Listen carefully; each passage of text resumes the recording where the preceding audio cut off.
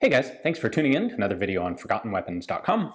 I'm Ian McCollum, and today our story is anchored, so to speak, by a pistol, but we're really talking more about a person and an incident than we are about the gun itself.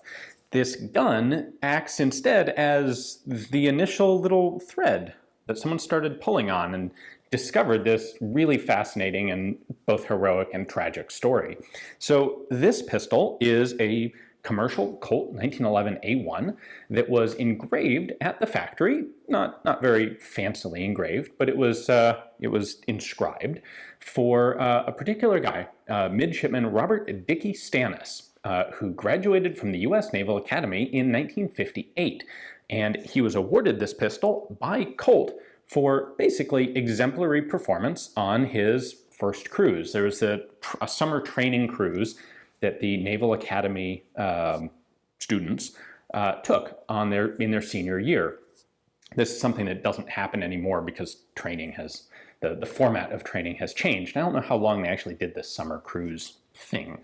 But starting in 1956, so a couple years before this, Colt began actually awarding a pistol to basically the outstanding classmate on the cruise for their performance in navigation, operations, gunnery, and engineering. And this information actually comes from the US Naval Archives. This award is a thing. And in 1958, the winner of that award was Robert Dickie Stannis. And if you start looking into his record at the Naval Academy and his record in the Navy after graduating, you can see why. This guy was like the all-American dude.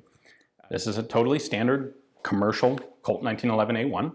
We have a C suffix serial number here as a commercial pistol. This wasn't an Army issue or a Navy issue pistol. This was something that was given specifically as an award for exemplary performance of one's duties as a senior graduating midshipman in the Naval Academy. The engraving was done here on the front of the frame. Colt's award, Midshipman Robert Dickie Stannis, USN, and June 1958 is when he graduated from the Naval Academy. Now, some people are going to look at that engraving and say that is clearly someone's handmade engraving. Like, there's no way that came out of the Colt factory. That's got to be fake.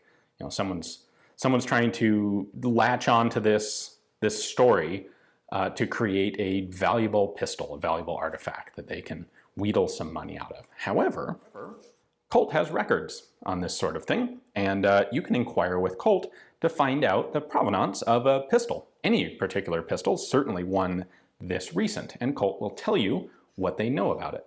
And in this case, we can see that this exact pistol was factory engraved, Colt's award, Midshipman Robert Dickie Stannis, USN, June 1958, and it was shipped to the US Naval Academy in Annapolis. So this is, in fact, completely legitimate factory engraving, even though it may not meet the standard we may think of for the really fancy decorative engraving. This is something much simpler, but still authentic. He was a class officer. He was editor-in-chief of the newspaper, the class newsletter, the school newspaper. He continued to be editor-in-chief of the ship's journal, like the log book, not the formal naval ship's log, but the cruise book that was made to basically to commemorate everyone's year on the ship. He took on the role of editor-in-chief for that. This was called the Roundup, by the way, and this is it from the 1959 cruise of the USS Bear, which looks like it ought to be pronounced Bexar or Behar, but it is in fact the county in Texas where San Antonio is located. It's Bear County. And Stannis, for his meritorious achievement in the Naval Academy, got the privilege of choosing what ship he wanted to be on. And he was from San Antonio, so he chose the USS Bear, which was an attack transport.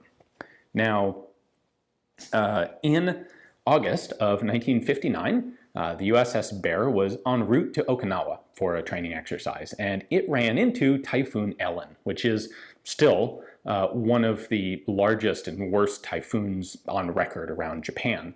On August 9th, the ship hit the Typhoon, there were swells of 60 to 92 feet, which is incomprehensible for me as someone who lives in the desert.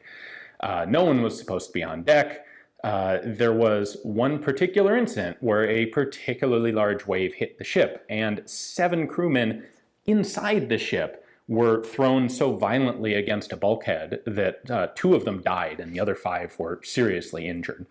At the same time, there were men up on deck. They weren't supposed to be, but there were. 2 men were thrown overboard by this wave, and it knocked a bunch of stuff off the deck of the ship as well, including some life rafts. So one of these were 2 Marines on deck. One of them was never seen again. Gone. By the way, there were 1,500 Marines on board the ship at this time en route to this training exercise. The one guy was never seen after he left the deck of the ship. The other guy managed to catch on to an uninflated life raft that had blown off the ship at the same time, and they spot him. He's out there. Dickie, Robert Stannus Dickie at this point, was officer of the deck, officer of the watch, I suppose it would be. I'm not a naval historian. And he sees the guy down in the water and figures, you know what? They can get to that guy. They can save that guy. So it's unclear exactly the course of events. The captain apparently asked for volunteers to go in the water after him. The XO and the chief warrant officer apparently advised the captain strongly not to do so.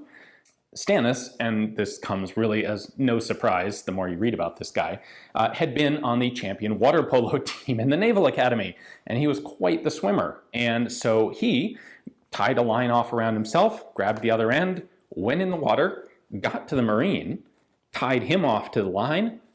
While they were rescuing the Marine, while they were pulling him back on board, everyone's attention was distracted from Stannis. The ship took a big roll. Stannis went under it. Stannis got hit, apparently severely on the head, and drowned. By the time they pulled his body, by the time they pulled him back on board, he was dead.